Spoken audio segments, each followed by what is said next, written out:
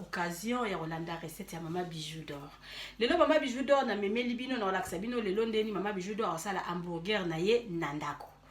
Kande na lobaka na mutu nyonso to okuta na video na nga pour mbala liboso soko s'abonner na Bidor TV te, s'abonner na Bidor TV on allait jamais déçu parce que Mama Bijou d'Or alambaka, Mama Bijou d'Or abeta masolo, Mama Bijou d'Or atara ba information, ezala ba vidéo ou bien ba émission nyonso tout na partageaka ezala mususu na tika yango na YouTube yango wana po na oratarate s'abonner na Bidor TV ozala jamais déçu. Mama Bijou d'Or azana besoin ba 1+ na bino boye mara ba émission nanga bo partager ba émission nanga et puis bo tira ba commentaire. Lelo nazo préparer hamburger nanga na relaxa bino ndeni na banda ko sala yango et puis ti na suka.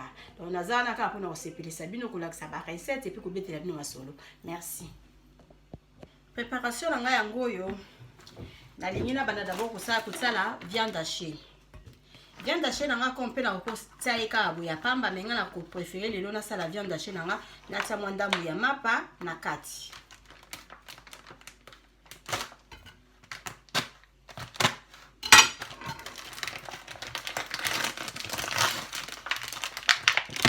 Na viande hachée na nga yeyo na sukula maboko. Je vais vous malamu parce que l'eau que les filles gênent zappé. Ainsi na sukola tango pour on a sabino déjà que oui avant que l'amba il faut que sukola maboko. Mama Bijou d'Or na sukola maboko nanga.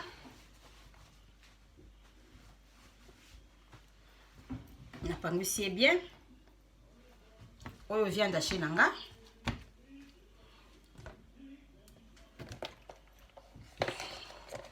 Comme pour que ça la ebo emenga tellement na zala mapa ebele na moni viande hachée ngo ezalaki 1 kg na lobino tikana bakisa ye mwa mapa muke pona ekomisa ngo kana mwa volume ya ebele na zwi miliki nanga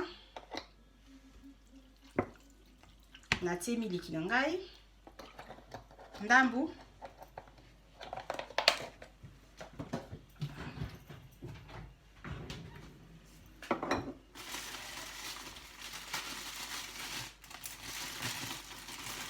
mapalanga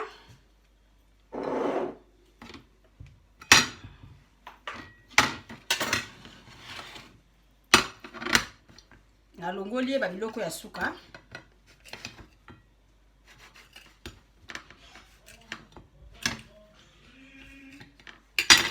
lipa moko na zui su mususu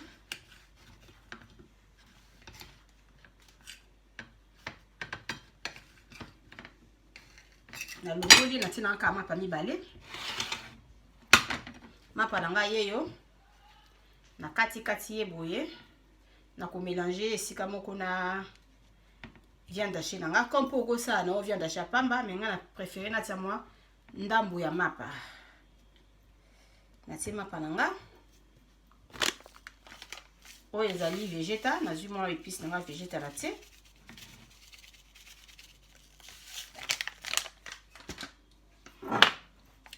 na tie épice nanga oyo ya poulet. Mama Bijou na lobaka na bino na lobi mwana mwasi akangama na épice te épice nyonso to omona ka soko sepeli otie donc ka eloko ebimaka ya kitoko na monoko eloko eza important eza yango wana na tie muscade na tie mwa ndambo ai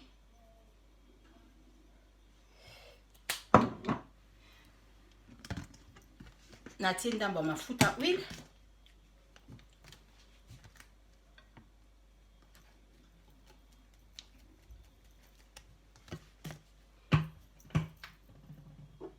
na zui maki nanga moko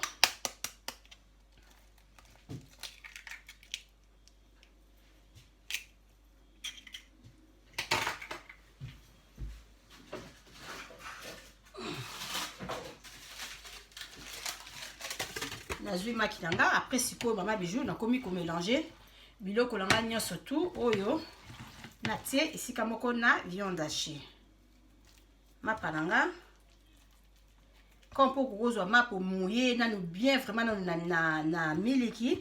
Après oyo ko mélanger awa mais nga siko na ko travailler nyonso tout kaka esika moko.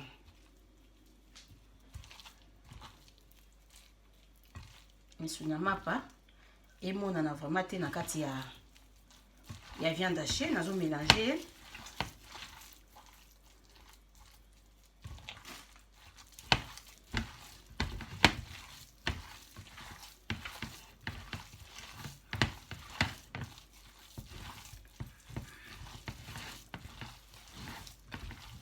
Nazo mélanger pâte nanga ya viande hachée mélanger na mapa na ba épices o na tie na kati.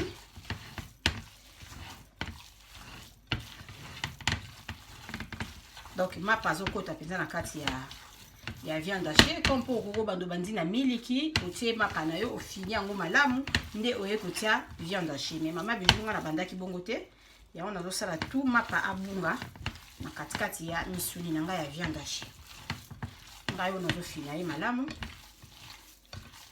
Et puis na komeka ba épices na nga soki eyokani.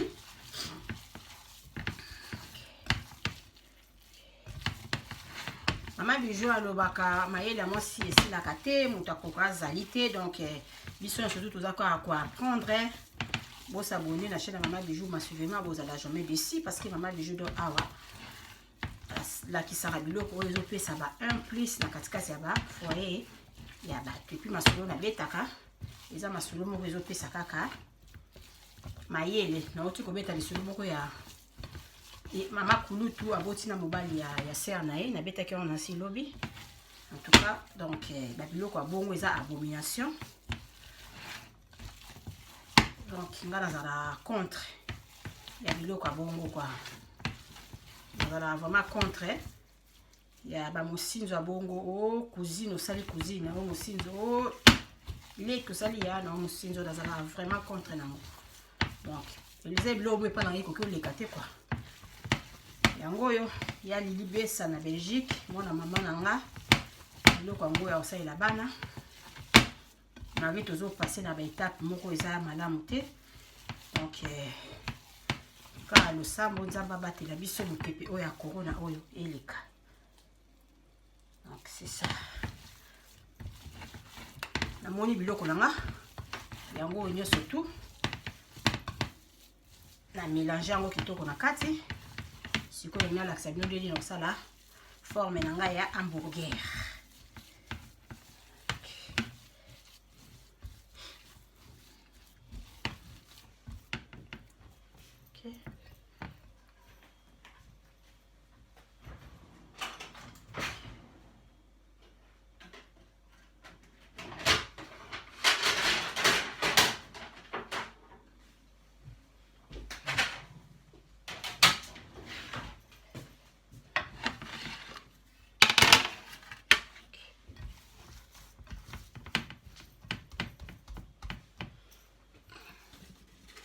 On a aussi la forme d'un hamburger.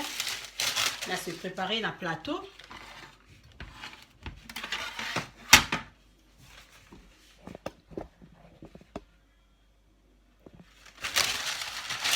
Ma bijou na ce plateau là.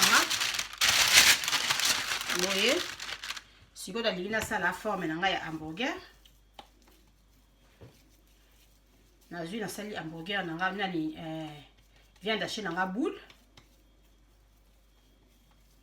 Viande hachée na yango boule bon ma pe monanité ma pesa nango te comme peso ko lingo ta 4 mo soit ma pa yo kaka azui hamburger nani na hamburger yango yo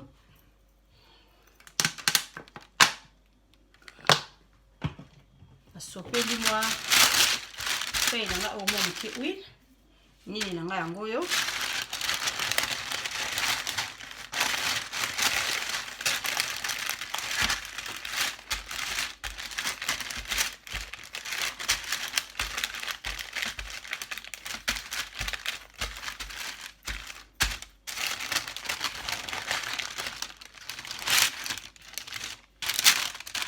fini boye sikoyo ngai pona kokata ba forme na se préparer na nga na bouchon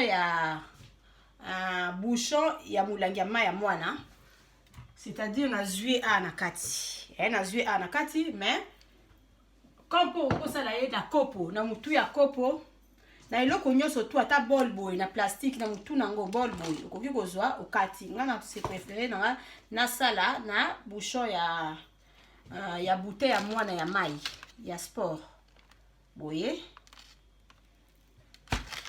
yeyo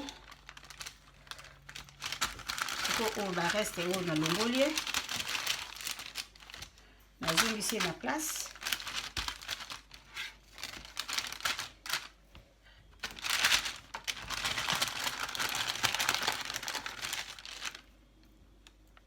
Nazui nini na ngai hamburger yeyo na robomba ye quelque part.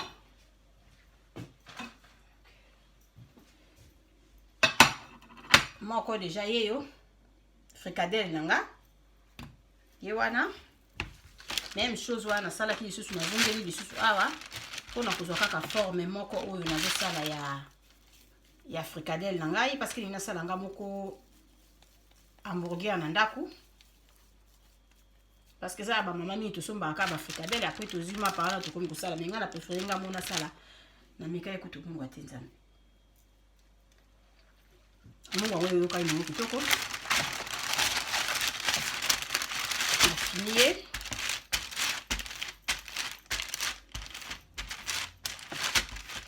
na komi ce plat na zui suni na ngao nazo kata ba forme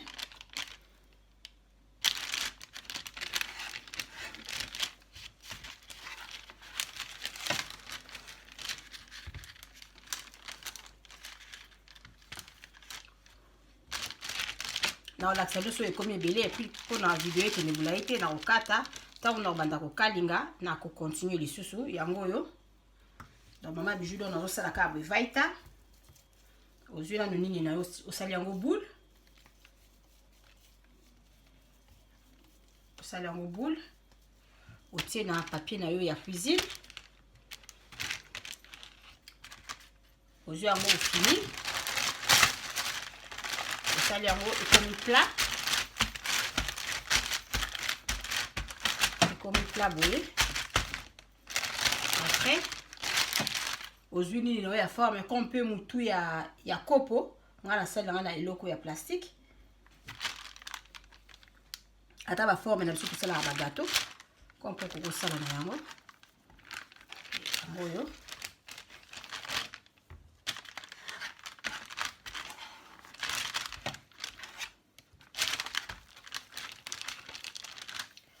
mama bijou na zwi boye na sali yango na komi na 3 4e yeyo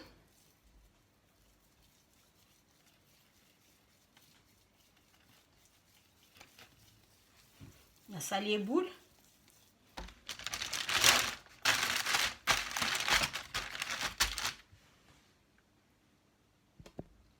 wingayo mama bijou na zongeli bino lisusu na tie mafuta na nga na kikalungu na pelisi resho na nga ngayo sikoli na kalinga fricadelle na nga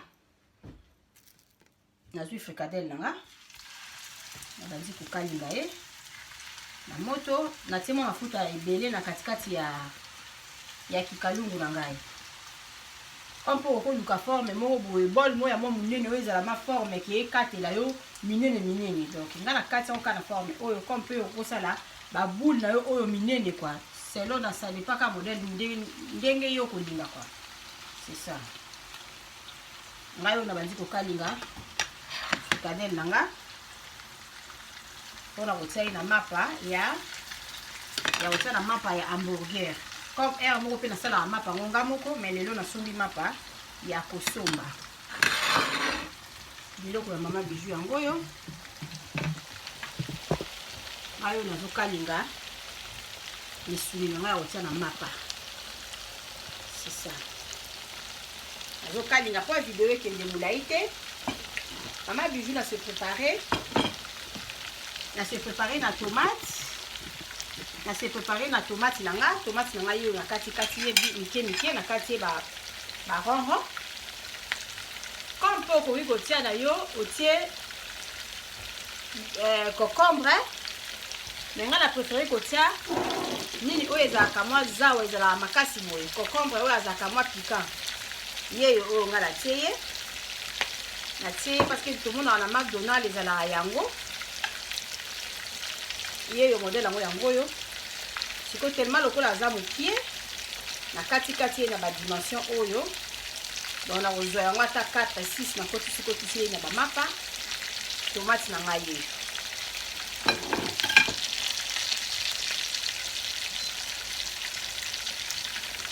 na dîner mo tokaka mpona kozika misuni na ngai yeyo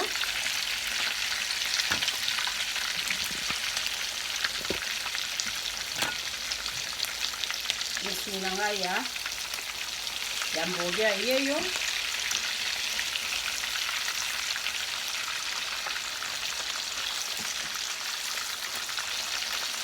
na mama mizo ya hamburger okoyo na kati ya lipa yango yo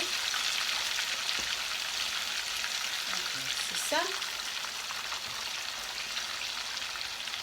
ayo nazobelisa ye sikoyo nalingi nalakisa bino ndenge nakokotisa biloko nanga na katikati ya mapa epuis nakokotisa ye na four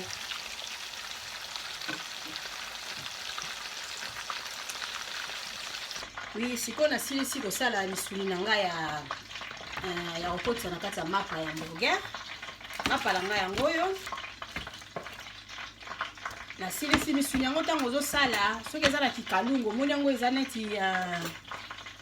neti mati ngomba mingi parce que ezokonda il faut osala yango na mwa forme mo ezala mwa monene parce que ezokoma moke okoki kobanda kofina yango ntango eza na moto ozofina yango mpenza boye mpona ezala plat c'est ça nasilisi kosala misuni na ngai ya mapa na ngai yango oyo ya hamburger lipa na ngai yango oyo salade ya bakasa nde nasombi te nazwi fromage na nga oyo yango nazotia na kati ya mapa nazwi fromage na nga natie ye nazwi tomate na classé boye natie tomate na nga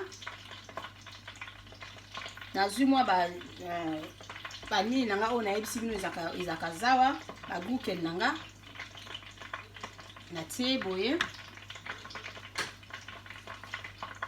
nazwi musuni na ngai yeyo natie mama bejo aklase musuni na ye aklase hamburger na ye kitoko nakokotisa ye na four nakobongisa kamera mpo bomona bien nakokotisa ye na four après nde eza nasi nafungoli four na nga et puis viande hachée oyo nga nasali eza vraiment kitoko makasi na monoko donc comme mpo okopesa bana oyo bali yango na frite c'est ça nazwi su lipa mosusu même chose comme mpo okosala yango na concombre monga mo mpe nasala yango kaka na concombre mais bana bapréféré nasalela bango na concombre oyo oyo ezalaka mwa mpe piquant oyo ezalaka donc piquant te mais eza mwa ngai c'est ça bato mingi ya régime balingaka kolia yango ya pamba c'est ça nabosani bano na bisombisa na nga lipa na ngai yeyo ya oyo nasilisaki moko lipa na ngai yeyo nazwi bapoussière oyo bateka yango na magasin ebele boyebi bapoussière yango na otiango na katikati ya mapa na nga ya hamburger na nga na otie mo bapoussière yango likolo après natie ketchup nabosana koyebisa bino ketchup nasopeli ketchup likolo ya lipa na ngai ketchup na ngai yango oyo après na kangi lipa na otia lisusu na four moke lipa na nga moko ya liboso esili nazwi deuxième lipa wana four na nga déjà eza na marche et puis nazosala mwa moke frite lisusu à côté nazwi fromage na nga natie bana il faut kaka kosepelisaka bango natie tomate na nga mibale natie mwa ba concombre nanga oyo eza mwa ngai natia awa. Après nabakisi musuni nanga likolo ba poussière oyo nasombi yango toti kosomba yango sikoyo na neto. Nazwi ba poussière nanga natie ye yango likolo. Natie nanu ketchup yango oyo. So bolandi video ya Mama Bijou boko comprendre bien les Mama Bijou asaleli bana hamburger. C'est ça. Parce que ba hamburger yango ya bango na libala balemba na bango bakoma ko préférer na sala ya bango boye na ndako. Fromage. Na côté ici tomate.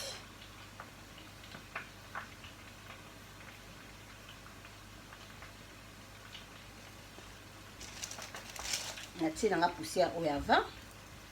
Wana ningi na préféré natia musuni na suka. Après natie boye. Natie ketchup. Quand on peut reconnaître la ketchup à pipi, ya oyo za mwa pilipili mwa pika yo kaka. Nga natie ketchup ya tomate na tomate. Nazwi musuni nanga onga mona uti kosala na kotisi na kati ya lipa. Nakangie. Kaka boisiko na olakisa bino ti ndenge hamburger nanga ekobela. Mama Bijou na salinga moko ba viande misuni ya viande hachée. Mapananga natie tomate, natie fromage, natie moi ba poussière au to sombi na magasin.